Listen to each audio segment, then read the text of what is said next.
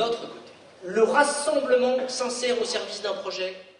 Une semaine pour inverser la tendance. Arrivée en tête au premier tour, mais sans réserve de voix, la droite compte désormais puiser dans le vivier électoral le plus représenté dimanche dernier, celui des abstentionnistes. Je suis convaincu que tout reste encore possible.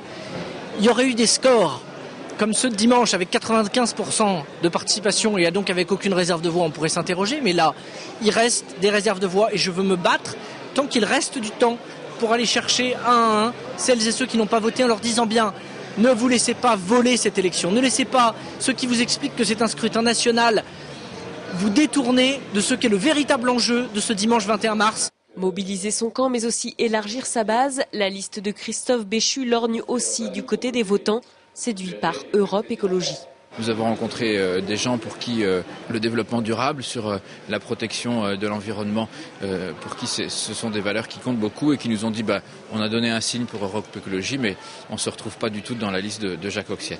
Et donc nous sommes repartis véritablement motivés, avec la conviction et la certitude d'aller jusqu'au bout en conduisant Christophe Béchu dimanche à la victoire. La droite est évidemment rassemblée derrière une tête de liste régionale plus que jamais convaincue qu'après le premier tour, c'est une nouvelle élection qui commence. Ce ne sont pas les états-majors, ce ne sont pas les têtes de liste qui sont propriétaires de leurs électorats, c'est chacune et chacun des électeurs en liberté qui se déterminera dimanche prochain. Tout reste possible. Bref, la politique pour Christophe Béchu, ce n'est pas de l'arithmétique. La droite espère bien dimanche prochain faire mentir tous les calculs et démontrer qu'une semaine aura suffi pour remettre les compteurs à zéro.